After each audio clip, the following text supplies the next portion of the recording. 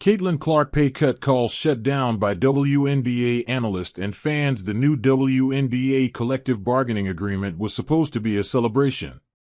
After years of players earning salaries that barely covered rent in major cities, the league and the Players Association agreed to a deal that fundamentally changed the financial landscape. Salary cap up to $7 million. Supermax minimum at $1.4 million. Average salary climbing to $600,000. It was a genuine moment.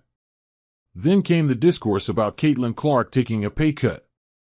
The argument, circulating on social media in the days after the CBA agreement, centered on roster math.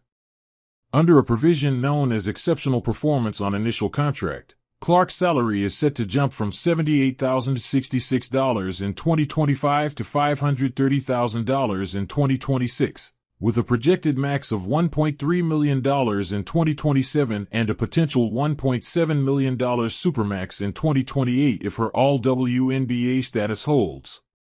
That trajectory, some argued, would squeeze the Indiana Fever's ability to retain players like Kelsey Mitchell and Lexie Hull. WNBA analyst Rachel A. Demita did not let that stand. Taking to X on March 21st, she was direct. People need to stop with that discourse immediately. This league has to start establishing their superstars. Demita's point suggests that a league that cannot pay its biggest names what they are worth will not hold them, and it will not grow. The fans followed her lead, and then some. No pay cut. There's too much of that going on in industries now, and it's detrimental to the quality of worker and player development, one wrote. Another cut straight to it, no. No. No. CC earned them that cash. A third invoked 7x Super Bowl winner Tom Brady's celebrated willingness to accept team-friendly deals as a counterexample, writing that Clark wants to win rings more than an extra $500,000 and suggesting she would take less voluntarily if winning demanded it.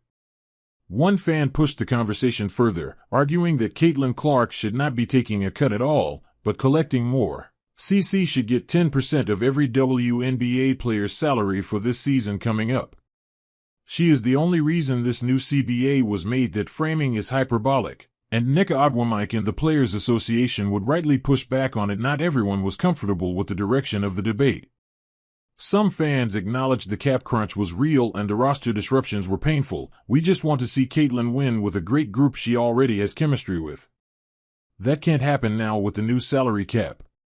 Congrats to the ladies getting paid, but it's blowing up rosters as we knew them. That tension, between a rising tide for the league and the roster-building complications it creates for specific teams, is genuine. Demita and Caitlin Clark have both seen this pattern before. Demita's frustration on the pay cut debate carries more context than a single post suggests. Earlier in the 2025 season, when the Caitlin Clark vs. Angel Reese narrative consumed the WNBA's opening weeks, Demita was among the loudest voices calling out the media's handling of it. A hard foul, a flagrant upgrade, and a game that drew 2.5 million viewers became a national debate about race, rivalry, and everything except basketball.